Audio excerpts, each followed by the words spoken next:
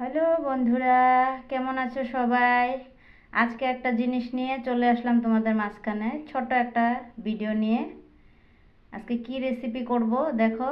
আমি এখানে কারকল কাটছি, আর এখানে মিষ্টি লাউ ডুগা, আর এখানে আছে যে আলু আর কাঁঠালের বিচি একসাথে এই রেসিপিটা করব। আর সাথে দিব অল্প রসুন কুচি, এই যে রসুন কুচি।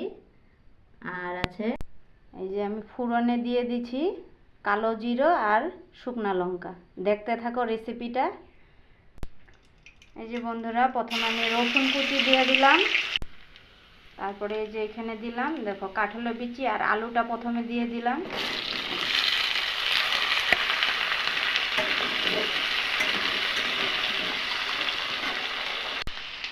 এই যে আমি সামান্য একটু নুন দিয়ে দিলাম। আগে একটু ভাজা ভাজা করব আলুগুলা আর কাঁঠালের বিচিগুলো একসাথে।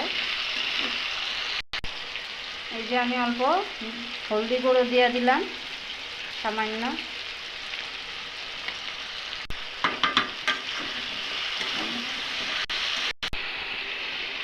এই যে কারকলগুলা কেটে রাখছিলাম যে দিয়ে দিলাম।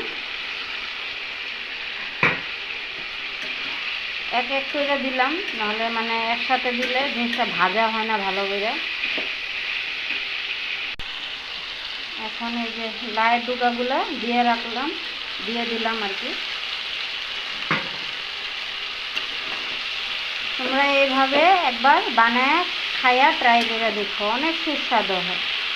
মিষ্টি লাউ ডুগা, কাঁঠালের বিচি, আলু, কারকল, আরও বিভিন্ন রকমের সাথে সবজি একসাথে মিক্স করে দেওয়া যায়।